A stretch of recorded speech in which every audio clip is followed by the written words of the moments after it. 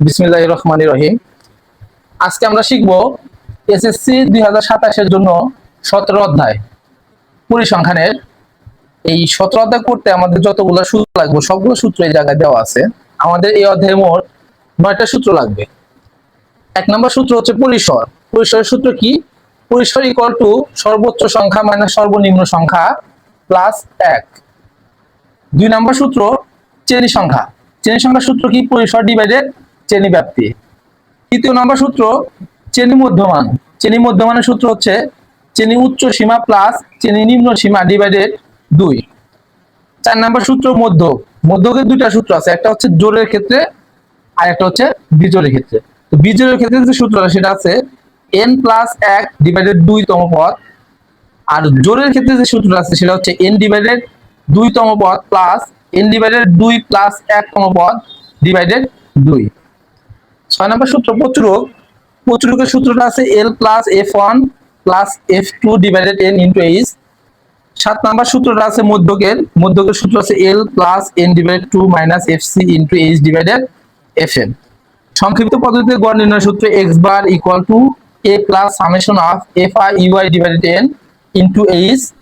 আর last যে সূত্রটা আছে সেটা হচ্ছে উপাত্ত সমূহের গড়ের সূত্রটা হচ্ছে উপাত্ত সমূহের যোগফল ডিভাইডেড উপাত্ত সমূহের সংখ্যা।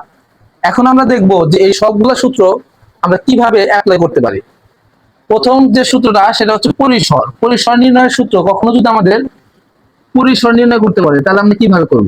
এক্সাম্পল, পরিসর নির্ণয় করতে বললে আমাদের কয়েকটা মান দেওয়া থাকবে, যেমন 2, 5, 7, 9, 3। এই সংখ্যাগুলো দিয়ে বললো যে পরিসর নির্ণয় করো, পরিসর নির্ণয় করো। তাহলে আমাদের পরিসর সূত্র কোনটা? আমরা জানি পরিসর ইকুয়াল টু সর্বোচ্চ। এর ভিতরে সর্বোচ্চ সংখ্যা কোনটা আছে? 9। সর্বনিম্ন আছে 2, তার সাথে যোগ হবে 1। 9 থেকে দিলে 7, 7 আর 1 8। এইভাবে আমরা পরিসর নির্ণয় করা শিখব। 2 নম্বর যে সূত্রটা আছে সেটা হচ্ছে শ্রেণী সংখ্যা। এই মানটাই দিচ্ছে দিয়া যদি আমাদের বলে 2 নাম্বার যে শ্রেণী সংখ্যা নির্ণয় করো, শ্রেণী সংখ্যা নির্ণয় করো। শ্রেণী সংখ্যার সূত্র কি? শ্রেণী সংখ্যা ইকুয়াল টু পরিসর ডিভাইডেড শ্রেণী ব্যাপ্তি অথবা শ্রেণী ব্যবধান। আমাদের বলে দিব যে 5 শ্রেণী ব্যবধান না, 5 শ্রেণী ব্যবধান নিয়ে শ্রেণী সংখ্যা নির্ণয় করো, অথবা 10 শ্রেণী ব্যবধান নিয়ে শ্রেণী সংখ্যা নির্ণয় করো। যখন যেটা বলবো ওইটা আমরা নিচে দেব। আর পরিসর কি? পরিসর আমরা আগে বের করে নিব। তো পরিসর আমরা কি বের করছি? এটাতে 8 উপরে বসাবো 8, নিচে শ্রেণী ব্যাপ্তি হচ্ছে কত? যদি আমরা 5 নিই তাহলে এখানে বসাবো কত? 5। আর 8 কে আমরা 5 দ্বারা ভাগ দেব। আবার যদি আমাদের পরিসর বের হয় 8, আমাদের যদি বলে 10 শ্রেণী ব্যাপ্তি, 10 দিয়ে ভাগ দিব, যা বেরোবো তাই। এইভাবে আমরা শ্রেণী সংখ্যা বের করব এবং পরিসর বের করব। তারপরে আমাদের যেটা আছে শ্রেণী মধ্যমান। শ্রেণী মধ্যমান আমরা কিভাবে করব? শ্রেণী মধ্যমানের সূত্র হচ্ছে শ্রেণী উচ্চ সীমা প্লাস শ্রেণী নিম্ন সীমা ডিভাইডেড 2। আমাদের যে কোনো একটা সারণী দেওয়া থাকবে, সারণীতে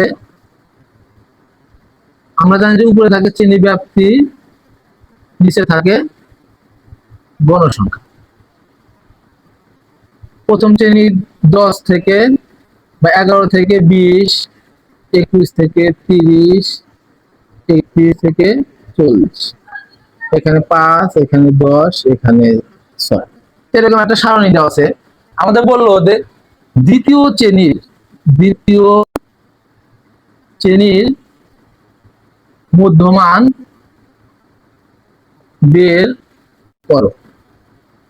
তাহলে আমরা এই জায়গায় দেখতেছি এটা এগুলো হচ্ছে শ্রেণী ব্যাপ্তি। এটা প্রথম শ্রেণী, দ্বিতীয় শ্রেণী, এটা তৃতীয় শ্রেণী। আমাদের বের করতে বলছে কোনটা? দ্বিতীয় শ্রেণীর। আর এই যে দ্বিতীয় শ্রেণীর মান দুইটা দেওয়া আছে এটাকে আমরা বলি নিম্ন সীমা, এটাকে বলি উচ্চ সীমা। তো কখনো যদি কোনো একটা শ্রেণীর আমাদের মধ্যমান বের করতে বলে তাহলে মধ্যমান সূত্র কি? এই দুইটা নিম্ন সীমা এবং উচ্চ সীমা যোগ দিয়ে 2 দ্বারা ভাগ দিতে হবে। তাহলে শ্রেণী মধ্যমান ইকুয়াল টু হবে শ্রেণী উচ্চ সীমা 30 প্লাস শ্রেণী নিম্ন সীমা 21 ডিভাইডেড 2, এগুলো হচ্ছে 51/2, আর আমাদের আসতেছে 25.5। এটা হচ্ছে আমাদের শ্রেণী মধ্যমান। যদি আমাদের তৃতীয় শ্রেণীর মধ্যমান বের করতে বলে, তাহলে এই তৃতীয় শ্রেণীর উচ্চ সীমা প্লাস তৃতীয় শ্রেণীর নিম্ন সীমা ডিভাইডেড 2, এভাবে আমরা শ্রেণী মধ্যমান বের করব। তৃতীয় নাম্বার যেটা আছে, চতুর্থ নাম্বার যেটা আছে মধ্যক নির্ণয়। মধ্যক নির্ণয় করতে বললে আমরা কিভাবে করব? আমাদের যে কোনো উপাত্ত দিয়ে দিবে 2, 3, 5, 7, 10, 4, 1, 2, 3, 4, 5, 6। এখানে এই উপাত্তগুলোর মধ্যক নির্ণয় করো। তো এখানে উপাত্ত কয়টা আছে? 1, 2, 3, 4, 5, 6। এই 6টা উপাত্ত তার জোড় আছে, 6 একটা জোড়। আর যদি 5টা হইতো তাহলে বিজোড়, তাহলে আমরা বিজোড়ের জন্য বিজোড়ের সূত্র ফেলতাম, আর জোড়ের জন্য আমরা জোড়ের সূত্র ফেলবো। তো বিজোড়ের জন্য আমরা কোন সূত্র ফেলবো? n/2। মধ্যক n/2 তম পদ প্লাস n/2 প্লাস 1 তম পদ ডিভাইডেড 2। n এর জায়গায় আমরা কত বসাবো? n এর জায়গায় আমরা এই জায়গায় 6টা আছে, সেজন্য এই জায়গায় বসাবো হচ্ছে 6। 6/2 তম পদ প্লাস 6/2 প্লাস 1 তম পদ ডিভাইডেড 2। তাহলে এই 6/2 দিলে কত আসে? 3 তম পদ প্লাস 6/2 মানে 3, আর যোগ আছে 1 তম পদ ডিভাইডেড 2। তাহলে এটা আসছে 3 তম পদ প্লাস 3 আর 1 4 তম পদ ডিভাইডেড 2। এখন আমাদের এই জায়গায় 3 নাম্বার পদ কোনটা, 4 নাম্বার পদ কোনটা, সেটা এই জায়গায় বসায় দুইটা যোগ দিয়ে দুইটা ভাগ দিতে হবে। এখন 3 নাম্বার 4 নাম্বার কোনটা, 1, 2, 3 এরকম করলে হবে না, আগে সাজায় নিতে হবে। মধ্যক বললে সর্বপ্রথম আমাদের কি করতে হবে? সাজায় নিতে হবে, ছোট থেকে বড় সাজায় নিতে হবে। ছোট কোনটা আছে? 2, তারপর আছে 3, তারপরে 4, তারপরে 5, তারপরে 7, তারপরে 10। এর ভিতর তৃতীয় নাম্বার পদ কোনটা আছে? 1, 2, 3, 4, আর তারপর এটা কত? চতুর্থ 5। তাহলে আমাদের হচ্ছে 4 যোগ 5 ডিভাইডেড 2, তাহলে হচ্ছে 9/2 4.5।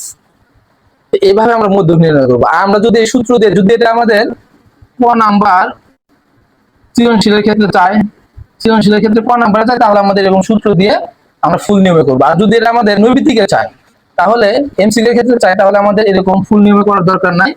আমাদের শুধু যে উপাত্তগুলো দেওয়া থাকবে সেই উপাত্তগুলোকে আমরা কি করব? আগে সাজিয়ে নিব। সাজিয়ে নিয়ে এ পাশ থেকে একটা বাদ, এই সাইড থেকে একটা বাদ, এটা থেকে একটা বাদ, এটা থেকে একটা বাদ, কয়টা থাকে? 2টা থাকে। এই 2টাকে আমরা কি করব? যোগ দিব এবং 2 দ্বারা ভাগ দিব। মাঝখানে যে 2 থাকবে 2টাকে আমরা যোগ দেব এবং কয় দ্বারা ভাগ দিব? 2 দ্বারা ভাগ দিব। 9/2 = 4.5।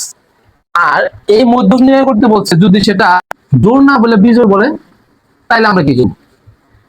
তো বিজোড় বললে যদি আমাদের সৃজনশীলে ক নাম্বারে আসে বা সংক্ষিপ্ত প্রশ্নে আসে, তাহলে আমাদের একটু সাজা করতে হবে। কেমন সাজা করব? আগে লিখবো যে উপাত্ত গুলোকে সাজিয়ে পাই। উপাত্ত গুলোকে সাজিয়ে কি পাই? 2, 3, 5, 7, 10 এখানে সাজানো আছে। এখন মধ্যকের যে সূত্রটা আছে বিজোড়ের ক্ষেত্রে, n+1/2 তম পদ, সেই সূত্রটা ফেলবো। n এর জায়গায় বসাবো 1, 2, 3, 4, 5। 5 যোগ 1/2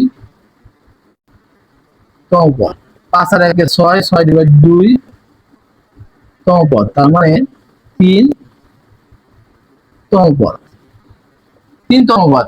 3 নাম্বার কি আছে? 1, 2, 3 নাম্বার আছে 5, তার অ্যান্সার 5। তো এটা যদি আমাদের ক নাম্বার চায়, সৃজনশীলে ক নাম্বারে চায়, তাহলে আমাদের এইভাবে সাজিয়ে লিখতে হবে, অথবা যদি সংক্ষিপ্ত আসে তাহলে আমাদের এইভাবে সাজিয়ে লিখতে হবে। আর যদি তা না আসে, যদি এটা যদি আমাদের এমসিকিউ ক্ষেত্রে আসে, তাহলে আমাদের শুধু কি করবো, আমরা সাজিয়ে লিখবো। সাজিয়ে লেখার পরে এই সাইড থেকে একটা বাদ, এই সাইড থেকে একটা বাদ, এই সাইড থেকে একটা বাদ, এই সাইড থেকে একটা, এইভাবে বাদ দেওয়ার পরে মাঝখানে কয়টা থাকবো, একটা। মনে রাখতে হবে বিজোড়ের ক্ষেত্রে মাঝখানে থাকে একটা, যা থাকে তাই আনসার। আর জোরের ক্ষেত্রে মাঝখানে থাকে দুইটা, ওই দুইটাকে আমাদের বানাইতে হবে কয়টা, একটা বানাইতে হবে। তাহলে ওই দুইটাকে যোগ দিয়ে দুই দ্বারা আমরা কি করবো, ভাগ দিব। এই গেল আমাদের অধ্যায়ের সূত্রের 4, 5। 1 শিখাইছি, 2 শিখাইছি, 3 শিখাইছি, 4 শিখাইছি, 5 শিখাইছি। আমরা প্রথমে এইগুলো একটু দেখতেছি যে কিভাবে করা যায়। এরপরে আছে আমাদের প্রচুরক, মধ্য আর সংক্ষিপ্ত পদ্ধতিতে গড়। এই প্রচুরক, মধ্যক আর সংক্ষিপ্ত পদ, এই তিনটা থেকে আমাদের এই অধ্যায়ের খ নম্বরে একটা সৃজনশীলের খ নম্বর আসে, 4 নাম্বার। এখান থেকে 4 মার্ক আমাদের কমন আসে, এই তিনটার যে কোনো একটা থেকে আসে। তার মধ্যে মধ্য একটু বেশি আসে, আর সংক্ষিপ্ত পদ্ধতিতে আমাদের এটা বেশি আসে, এটা আমরা অল্প আসে, এটা আমরা 2 স্টার দিয়ে রাখি। এই তিনটা আমাদের সৃজনশীল করতে হবে, এইগুলো বড়। আর এমসিকিউর ক্ষেত্রে পরবর্তী যখন আসে আমরা সেগুলো দেখিয়ে দেব।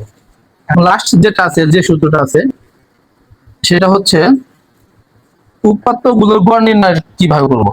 তো কয়েকটা উপাত্ত দেওয়া থাকবে এরকম, যে 2, 3, 5, 2, 3, 5, 4, 6।